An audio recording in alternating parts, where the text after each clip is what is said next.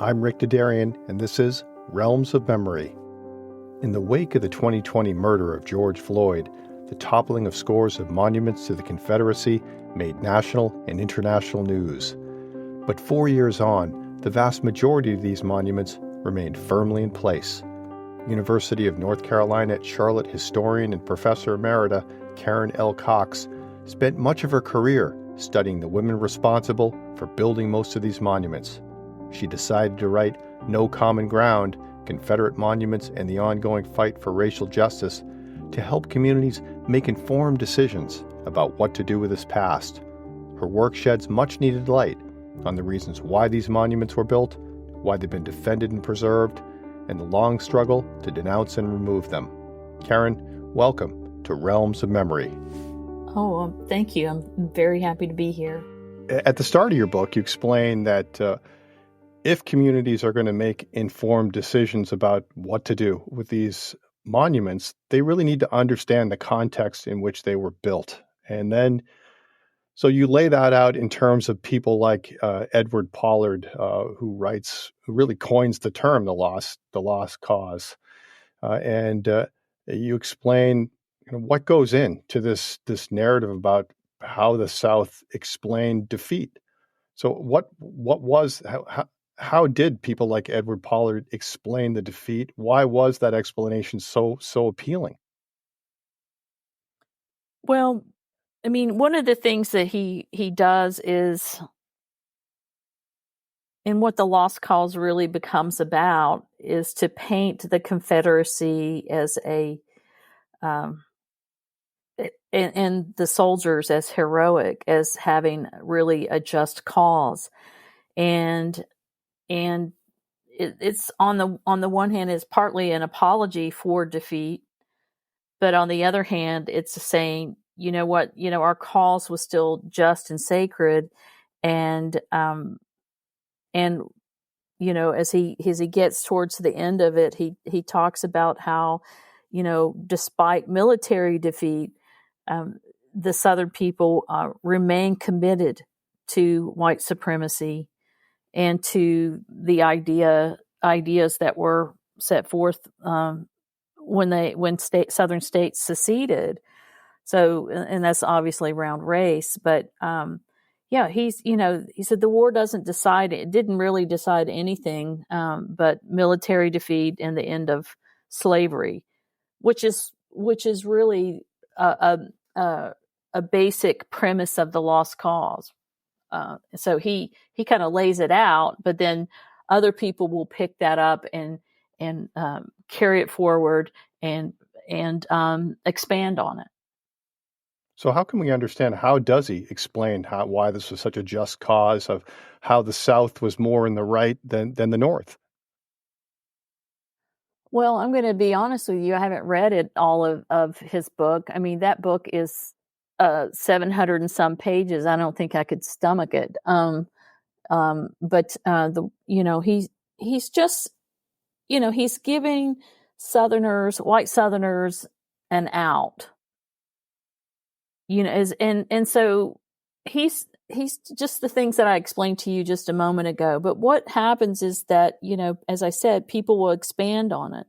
If you can see the war, if you can see it not in terms of defeat, but in terms of a noble cause, you can swallow that defeat a little bit easier. And then you can see these men not as having been emasculated by defeat, but to see them as noble warriors in the vein of a Robert E. Lee, for example. He is the main example. Then you can kind of change the narrative of what that all meant to you, and what defeat was about, and not even see it as defeat. It's almost as if it didn't happen, because white Southerners do is maintain the rightness of their cause and see all these defeated soldiers really as heroes. it kind of ennobles the Confederacy and ennobles the white South. And so, it's a powerful, powerful narrative. And it's one that we still contend with to this day. Okay, see, I thought part of it was if you understand the true spirit of the Revolution, the South was more in sync with that than the North. Well, it's not just that. Okay. So it's all of those things. It's what I just explained, but it's also that, certainly a strong thread in the lost cause is that the South feels like that they are the natural inheritors of of what the revolutionary generation accomplished. They believe that they are the most like those revolutionary ancestors, and that they are also better defenders of the Constitution because they claim that the fight for the Civil War of the Confederacy was a fight over states' rights, and so which is the 10th Amendment to the Constitution. So they see themselves as more patriotic, more in line with the Revolutionary War generation. Plus all these other things. It's not one explanation. It's all of them. Okay. And even if you take something like slavery, they'll contrast that with wage slavery in the North, for example. Yes. And even Edward Pollard had done that, in his previous books. He will say, that's what you have. You're dealing with something like that. And trying to justify plantation slavery, and sort of the need of white Southerners to provide Christianity to these savages, or that they needed the strong hand of the white man in order to give them guidance. So yes.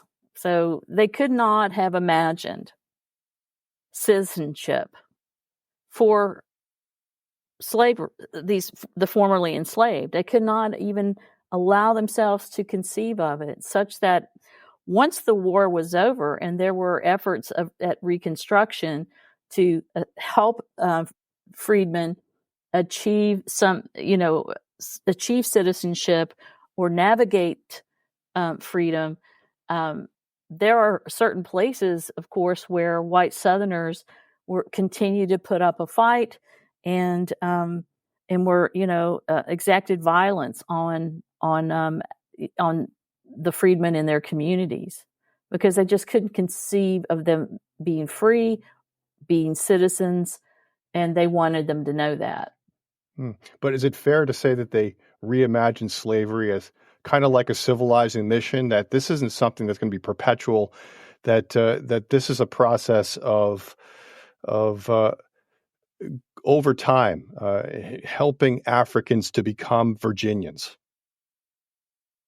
Well, I would, not just Virginians, everybody. And elsewhere, right? just as one example. The entire South. It was like, of course, that's what I was saying about we're going to Christianize these African savages. That is about civilizing them, not educate them, of course, but to civilize them by bringing, the lessons of Christianity as they understood them. So their focus are on, passages in the Bible that talk about slaves obeying their masters.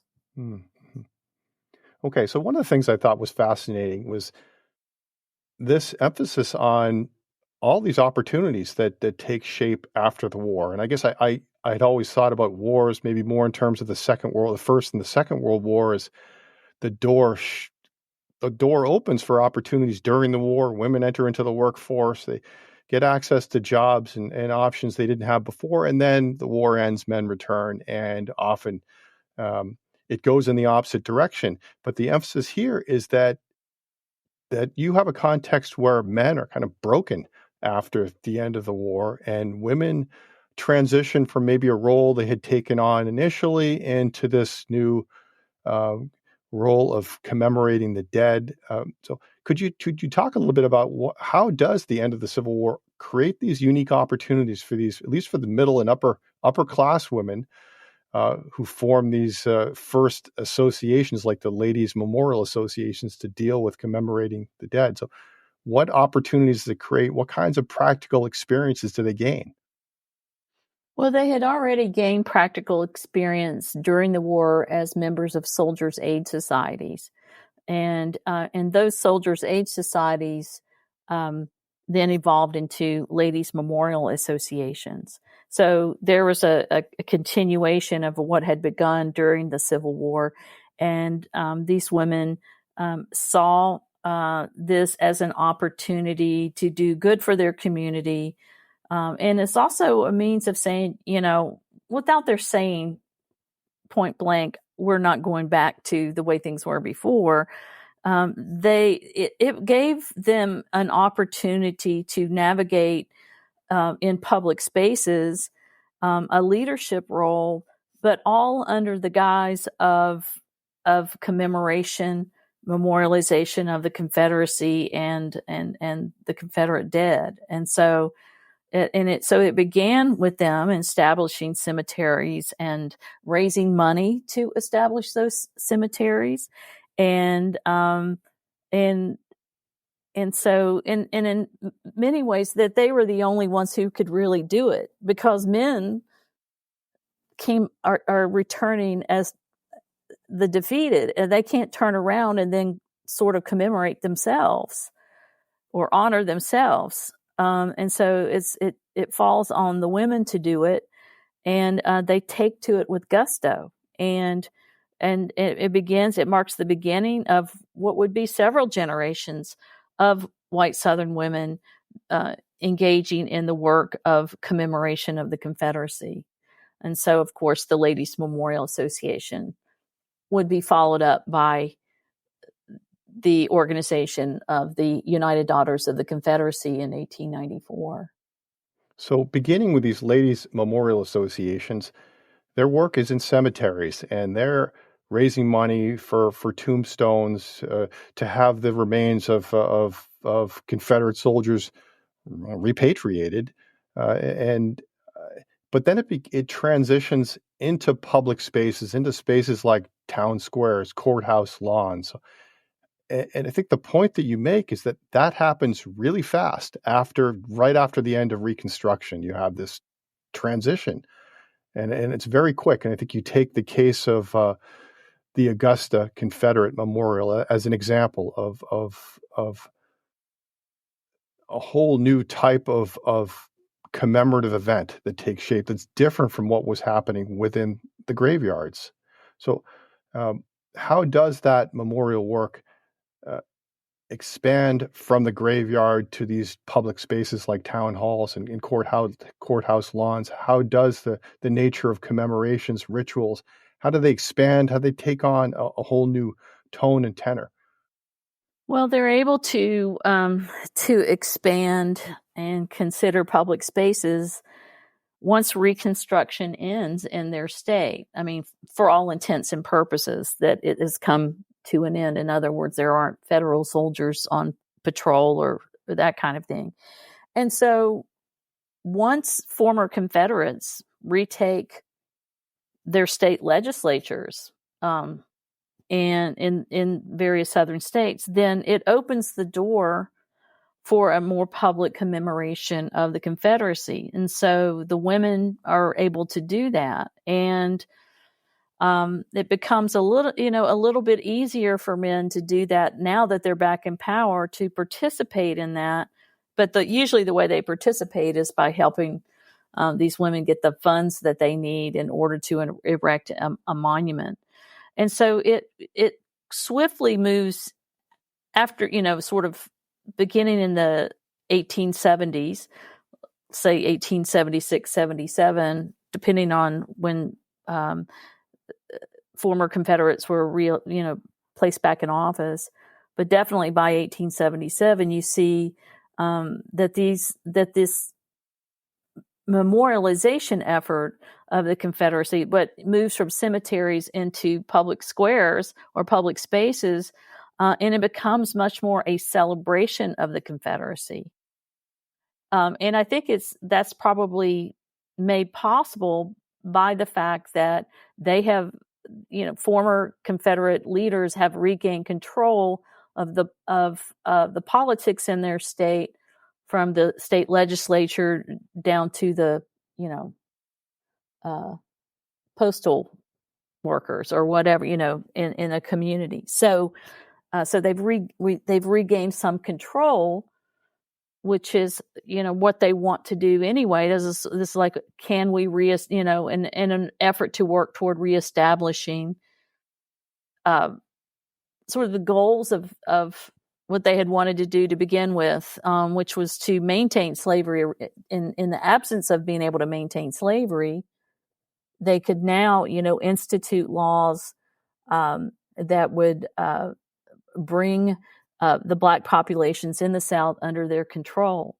And so if you could do that, then what you do is create a space, an open space for um, communities to raise money, often led by women, to celebrate the Confederacy. And again, it begins early, very early in Augusta is probably the earliest, but it also begins 1877 when there were two Robert E. Lee Memorial Associations created, one in New Orleans for the big monument that used to be there. It's since come down. And then also the Lee Memorial Association in Richmond, Virginia, that put up that large equestrian statue of Lee on Monument Avenue, also has been removed. But it's at that same time in 1877 that they're already raising money for these grand regional monuments, not just local but regional, and you can see it becomes a real celebration of the Confederacy, especially during their unveiling ceremonies. And what impressed me is the extent to which these women just excelled at social networking. I mean, they were connected, they had relatives in the right places, but they were really good at working that network to generate a lot of money and to really create these celebrations with parades and thousands of people in attendance really early on. Going back, I think you mentioned Augusta was the first example of that. Yeah, I mean, it really takes off under the UDC because that now we're talking about a second generation of women who have all that experience since the end of the Civil War and who are connected by blood or marriage to men of power in the region. And they're educated women. They're looking for a place to use their skill set. And frankly, these men who have been defeated during the Civil War, really couldn't really argue with these women about this kind of thing, that they would be the leaders of this effort. Plus, I mean, they get the benefit of being the ones who are being honored through these monuments. And I think you make the case too that in there are places like Richmond with the Lee Memorial that women are kind of taken on as consultants. They have experience, and they're pretty quickly take on the leadership role, and they're the ones who are really running the show.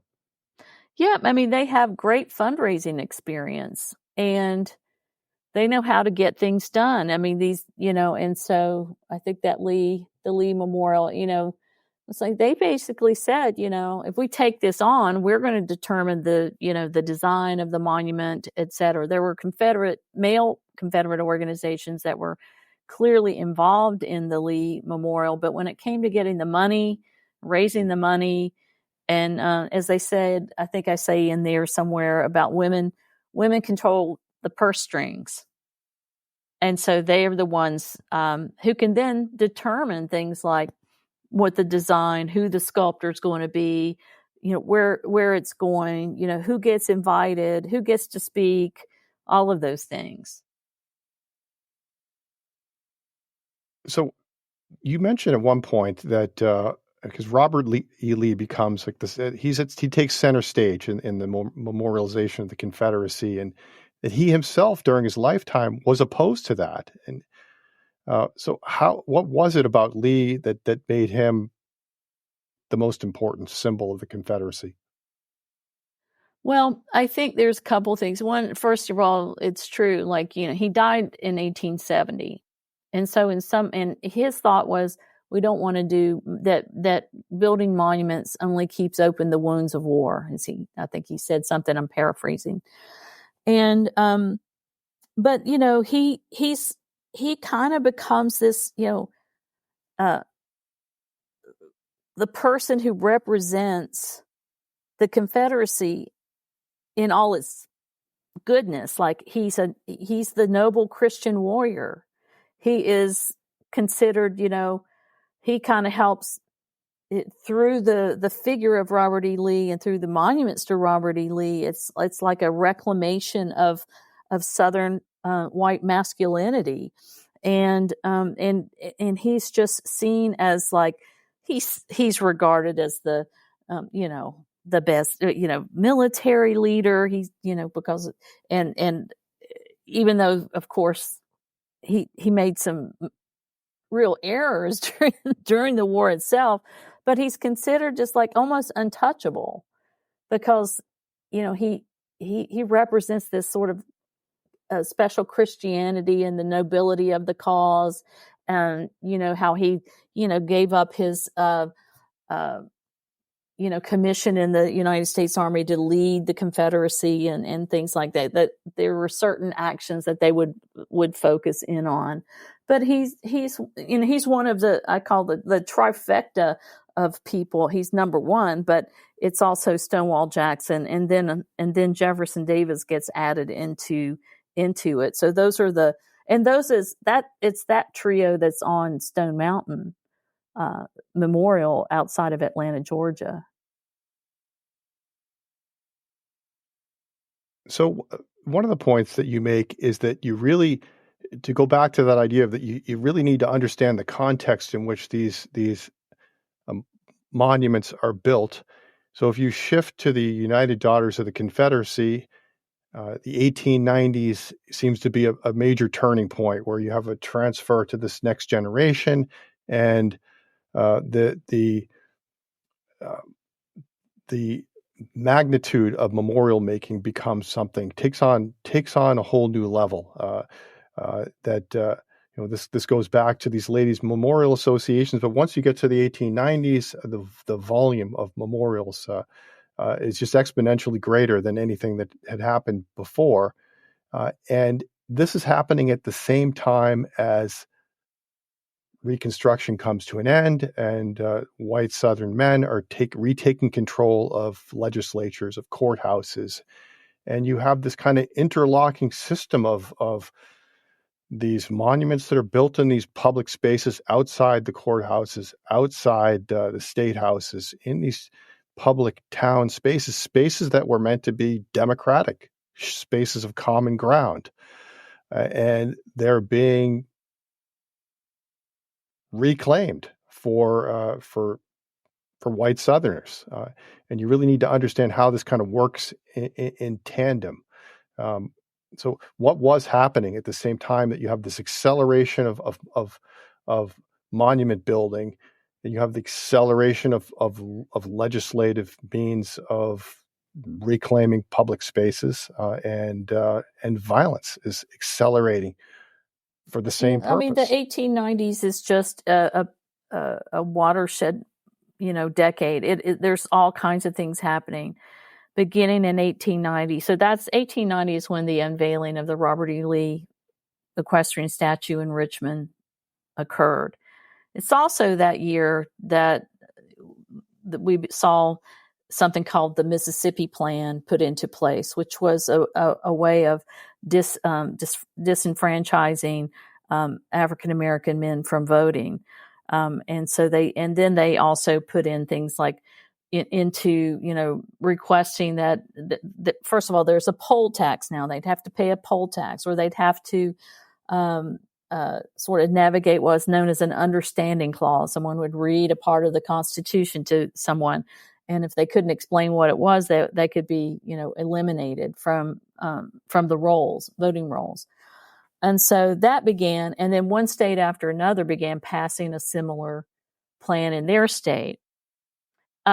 so that's happening. There's also an epidemic of lynching in the 1890s, which is kind of coincides with disenfranchisement, because they're trying to bring the Black population under control, because essentially, that they saw that Black communities had organized, that there were individuals who were succeeding economically, and they wanted to bring that back under control, under white control. And then there's also, the rise of the social Darwinism kind of, overlaps all of this. And so essentially it's about, reestablishing white supremacy. Okay. And it's with that backdrop that white Southerners not reclaim space, but they're claiming space.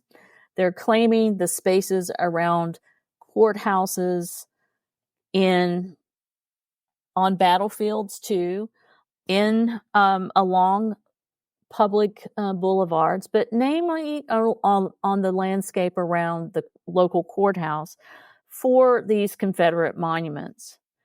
And so, and the UDC was founded in 1894, right in the middle of that decade.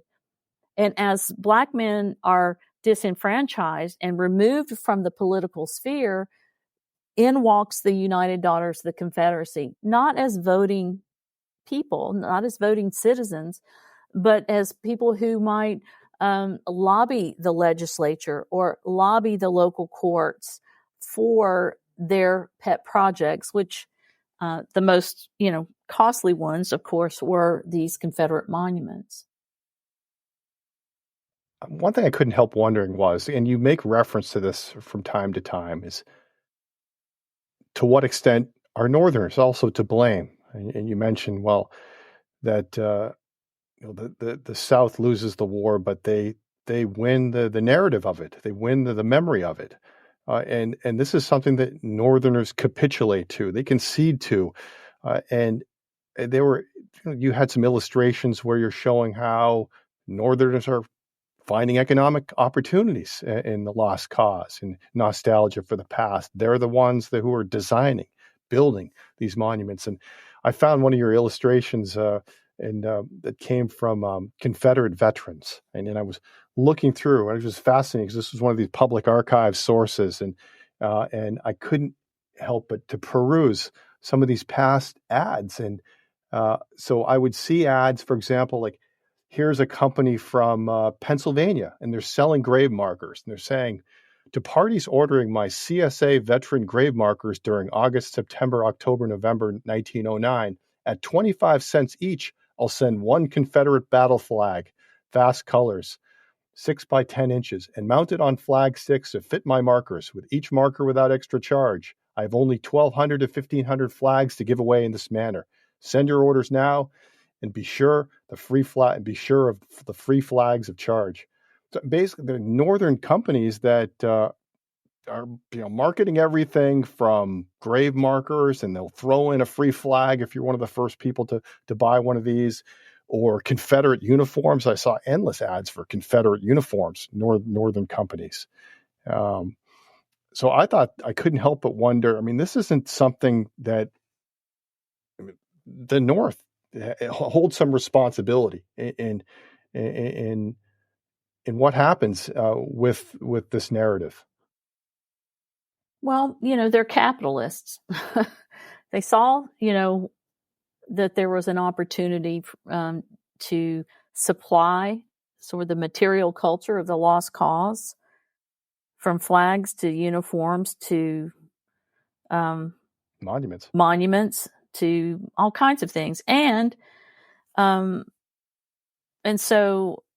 it's also in, the songs that are written about the South. These are something that, in the early 20th century, the Tin Pan Alley composers wrote dozens of songs about the South, about Dixie, and basically romanticize it. And so, they're complicit. I would say they're complicit. They're capitalists, but they're also complicit in helping to create an image of the South and of slavery as benign. And that's what's problematic. And there are northern newspapers that they're reporting on these unveiling ceremonies, and they're kind of selectively, they're leaving out certain things and including what they want to try to promote reconciliation. Oh yeah, I think I give an example of that, but there is even though there's somebody might at this unveiling speech say how right the South was, and then have these other, a little less, I can't think of the word right now, but so maybe the rest of the speech talks about ideas of reconciliation. That's the thing that the Northern press wants to focus on. They don't want to talk about, these unreconstructed comments in some of these unveiling speeches. But if there is one group that's speaking out early on, it's African Americans, and this is a point that you make, that there's a reaction to this from the very beginning, early on, and there are Black-run newspapers who are sounding the alarm at the danger. They're important, prominent public figures like Frederick Douglass who are denouncing what's happening. So, how are they sounding the alarm? What are they warning people about? Well, I think that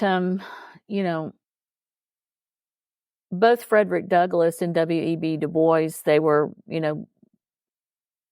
commenting on the fact that the lost cause narrative is winning about what the war was about, and then on the local level where Southern Black citizens are the ones who are most affected by all of this.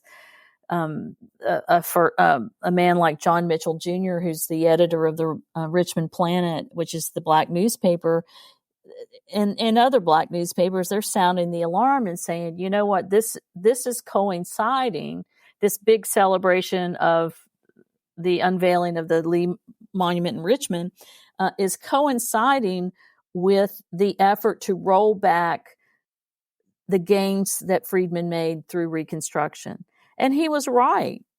He talked about people being kicked off voting rolls and the poll tax and things that have actually come back full circle. Right now, we know that in the Georgia election and there were people who were booted off the rolls or the claim that they had died, and so so they felt like they were losing the gains that they had made in citizenship, and they saw that as tied to the lost cause, and that is a common theme. Like they recognize that, and each generation recognizes that, And I talk about the Chicago Defender posed a question about Confederate monuments: should they be made illegal, or something like, should there be federal legislation prohibiting the building of Confederate monuments? To which Black readers said was a resounding yes, because they saw the connection between these Confederate monuments and how it influenced younger generations of white Southerners. And I think one of the people said, one of the responders said, if these monuments didn't exist, that the white, I'm paraphrasing, but that the white South may not have as much of an excuse or to hate our people. It's in other words, he saw that these monuments were contributing to racial hatred, and so they, and then so they just saw that as a fact. And so there's a long legacy of Black critiques of monuments, and then protest against monuments. But the protests, at least public protests, really don't happen until the post-Civil Rights era, or the Voting Rights Act and the Civil Rights Act, because it was a dangerous thing to do in the Jim Crow South. You wouldn't go protest a monument like some, people have done in recent years, because they would have been lynched. But there were some monuments. You mentioned the Calhoun Monument that were vandalized, even in that age of mass terror. Well, they didn't do it in public. They did it in the dark of night, or they did it where they couldn't be seen. So they weren't doing this.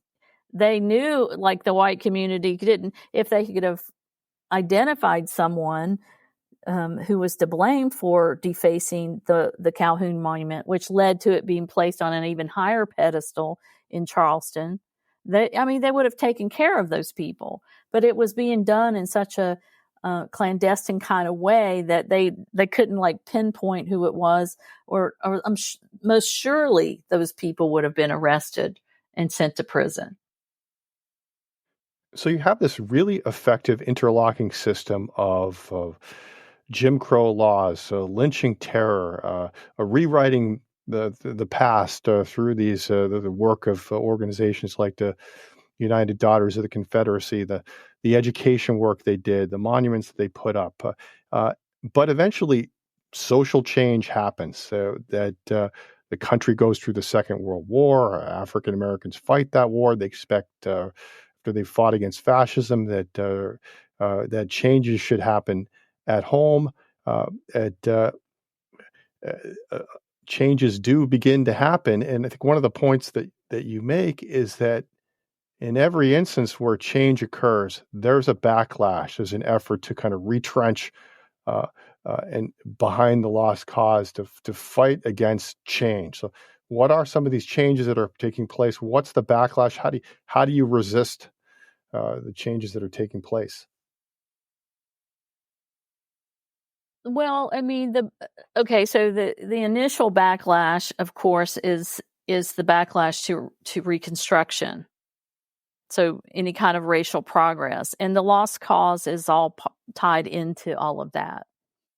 And then you have a civil rights movement. Well, the response to that and the backlash to that comes from segregationists who employ the language of the lost cause. For example, if Northerners come to assist Black civil rights workers, it's like in a quote unquote invasion of the South, in much the same ways they saw Northern invasion of the South during the Civil War. So there's this backlash against civil rights. Then you do have the civil rights movement, and you get about 25 years of progress post Civil Rights, post Voting Rights Act and Civil Rights Act. And then beginning in the 1990s, you begin to see the backlash again.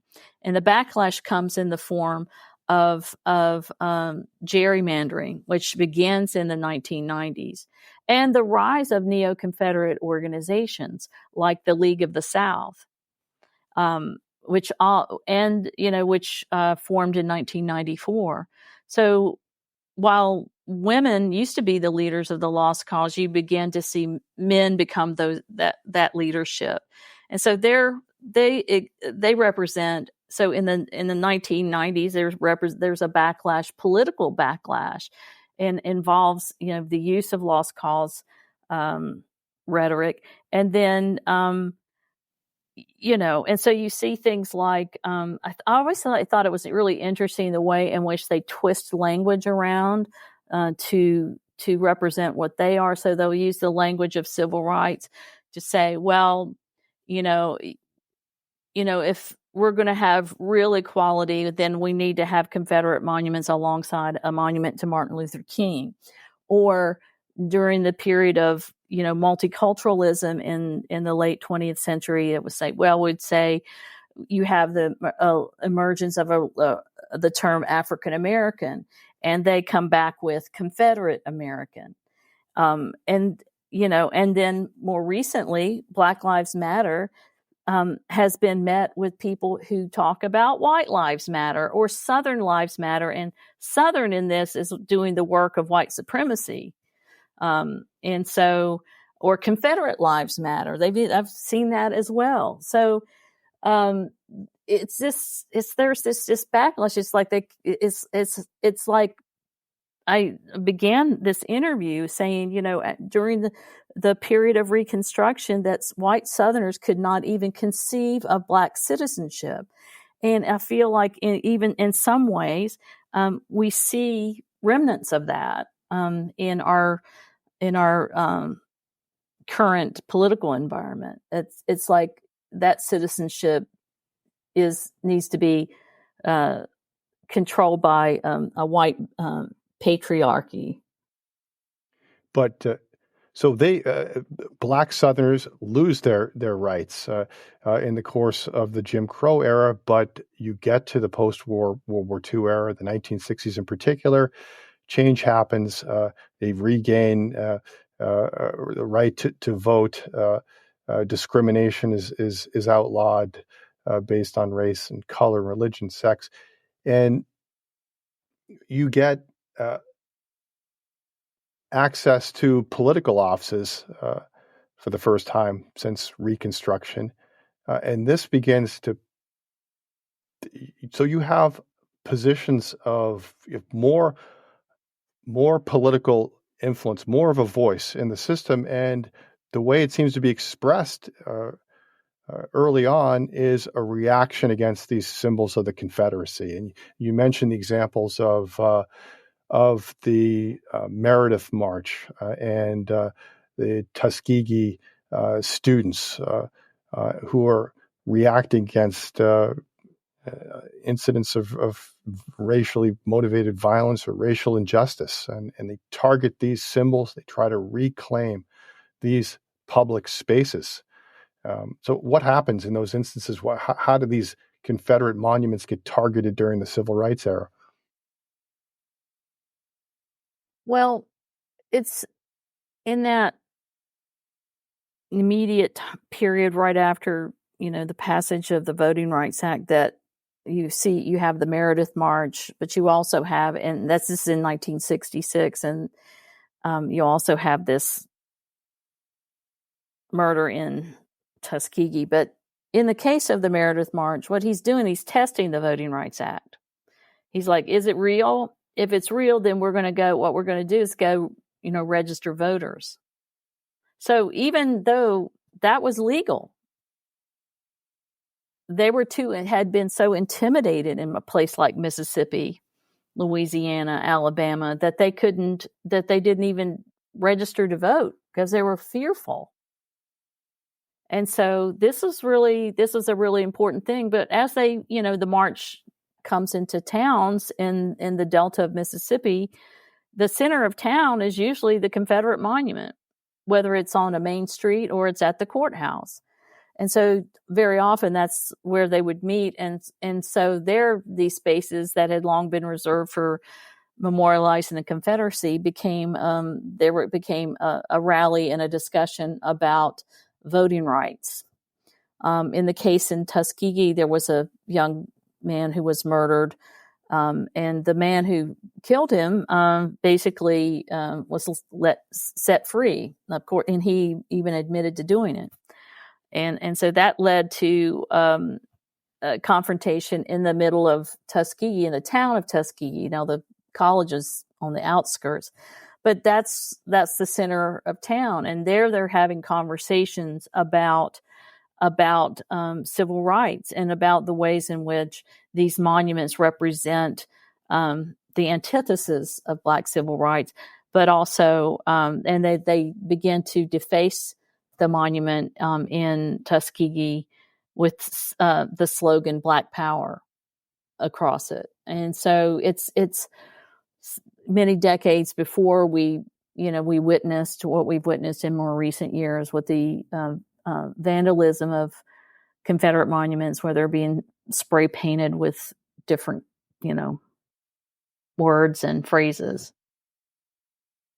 And then, so once you get more access to the system and more Black representation within the system, you can start to object to maybe traditions or funding of new monuments that wasn't possible before, and You mentioned a couple examples. Harvey Gantt was one. In the case of Charlotte, which seemed unsuccessful, at least in the end, but at least you can start to voice opposition to these traditions and point out that there's more there than just a tradition. Yeah, I mean, we have the first black elected official since Reconstruction in the 70s, some in the 60s even. But and an individual like Harvey Gantt, who speaks very eloquently about the fact that he represents thousands of black citizens, and why that history is not his history, the history of the Confederacy, and because there was an attempt to and a successful attempt to place a new Confederate marker on the grounds of the courthouse in 1977. So we're talking 112 years after the end of the Civil War, that people are still trying, putting monuments up on the grounds of courthouses. So yeah, I mean, he fails, but he leaves a record, right, for us to see how people were thinking at the time, and so it's a powerful statement, but it couldn't have been made 10 years before, because he wouldn't have been able to be elected because African Americans could not vote. And so that's a sea change. The right to vote represents a sea change. And it allows for the kinds of things that were happening, and the election of black officials, their ability to voice their concern about Confederate symbols in their community. That's extremely important. But over the last 30 years, a lot of that's been chipped away. So it seems like you have this pressure cooker that's building. On the one hand, you have this entrenched lost cause narrative. You have generations of educational work that have gone into that. And then you have the country is changing. You get more African Americans that are going into universities. They're taking up positions within government. You get legislative changes that are happening. And it's within this time period, like you mentioned, from, let's say, the 1980s to the 2015, that seems like resistance starts to radicalize, at least on the part of white Southerners, that it goes in a more violent, even more entrenched direction, and you get new organizations that are created that take on a different position. How do things become really precarious during this period of time? Well, what we begin to see, we're experiencing a backlash against the civil rights movement and that legislation that was passed in the mid 60s, and an attempt to reclaim power. So it's a pushback against affirmative action. It's a pushback against the feminist movement. There's a backlash going on to a lot of different things, but in terms of neo-Confederate organizations, you begin to see, that's when you first see the League of the South emerge. But then there will be others. There's something, begins to splinter. I mean, the Sons of Confederate Veterans is no longer the main Confederate heritage organization after the 1890s. It's one of many. And so it's definitely a backlash against racial progress in the period since the civil rights movement. And so, and then of course, it's, it's not to say that Black communities have, just give up. They continue to push against Confederate symbols in their communities, but the political pendulum is swinging hard right over the last few decades, and the thing about it is that the lost cause, and people who believe in that, that fits for them. It's like it's a conservative mindset about race, for example, that aligns with a lot of the conservative politics of again, the last few decades. And so the lost cause fits really well in there, and it becomes part of the Republican Party's culture war. Because it's not just it isn't just Southern whites who defend Confederate monuments. It's people from all over the country that are defending Confederate monuments, but from removal. And there was one, the Utah Senator Mike Lee, for example, no relationship to Robert E. Lee. He talks, he tweets about, how this is some big erasure of history, and, and basically upholding the Confederacy is like this noble history. And so he's playing right into the lost cause. But this is something that's been going on, since the end of the Civil War. I mean, the thing that's interesting, people talk about this kind of stuff emerges on Long Island. It emerges in Pennsylvania and other places in the North. And there's a joke that says, what is that area between Philadelphia and Pittsburgh? It's North Alabama. Because it is as Southern and conservative racially and you're as likely to see Confederate battle flags flying in the middle of rural Pennsylvania as you are to see them in Alabama. Yeah, those symbols of intimidation have a long history in the North as well. Yes.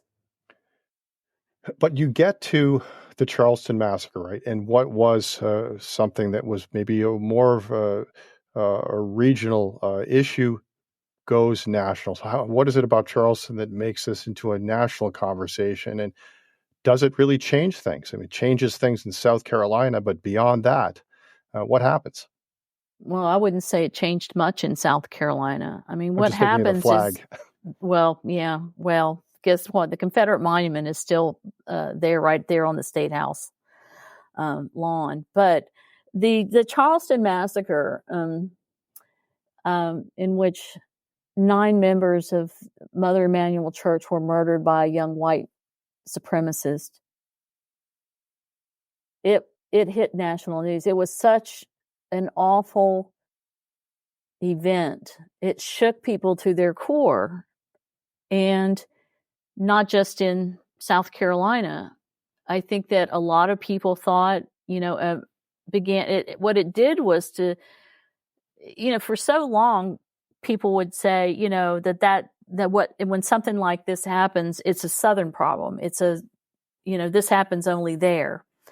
But the reality is that people began to have conversations about symbols, divisive symbols in their own backyard.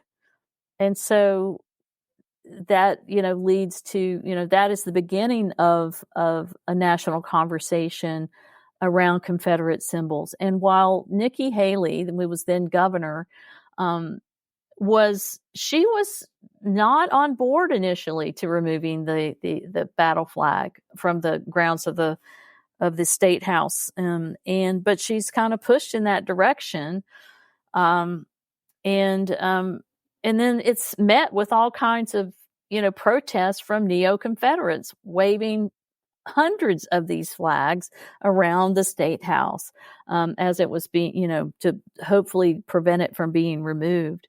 So it stirs people up in South Carolina, and it stirs people up nationally. And some of the backlash to it, at least in the South, are the passage of heritage laws, monument laws, or heritage preservation acts, or something like that basically are laws to protect Confederate monuments in those communities. So if you're going to understand the violence that happens in Charlottesville, my sense is it comes out of this gridlock, right? That you get an effort to entrench behind these memorials, these monuments, an effort to protect them through legislative measures. There's no real way to remove them. You get more radical groups. You get this violent incident that happens in Charlottesville, and then after the murder of George Floyd, there's a violent backlash to these monuments because there's maybe no other way to react to them. Well, that's true. I mean, the what happened in Charlottesville was, an organization of people who, or of several groups, not all of whom were Southerners. First of all, not all of whom, believed in, or had a Confederate heritage. It was a white nationalist gathering, and was intended to be that way. It was a gathering of white supremacists, and then they basically got an endorsement from the then President of the United States, and unfortunately, a young woman was killed there, Heather Heyer, who was a peaceful protester at that. And then and so I'm thinking, this is really bad. It's just, and then you begin to see the first of monuments coming down. But then it's the George Floyd moment of his murder in Minneapolis that I don't think people always understand why this would lead to vandalism of Confederate monuments in Richmond, Virginia, since this happened, in Minneapolis. But it's because the monuments are regarded as symbols of white supremacy, and that act of white supremacy of the cop putting his knee on George Floyd's neck and basically killing him is these monuments are symbolic of that to Southern communities. And then, of course, it led to all kinds of protests worldwide. I mean, it really expanded the ways in which people thought about monuments in their communities, and what did that represent, and what, if anything, were they going to do about it? If you're watching the TV news, you get the sense that following the murder of George Floyd, you have this surge with the Black Lives Matter movement, and a toppling of monuments, and places like Richmond. Suddenly, you get these monuments that are taken down in dramatic speed, and in some cities like New Orleans are even out ahead of this and removing them on their own. But if you're looking at the actual number of Confederate memorials or monuments, how much of a dent is actually made in the number following the in terms of the monuments that are removed after the murder of George Floyd? How many actually are still there? And then if you're looking at communities that are still dealing with this past, you mentioned South Carolina, the monument is still there outside the State House to the Confederacy. Are some communities managing, in your opinion, this past better than others?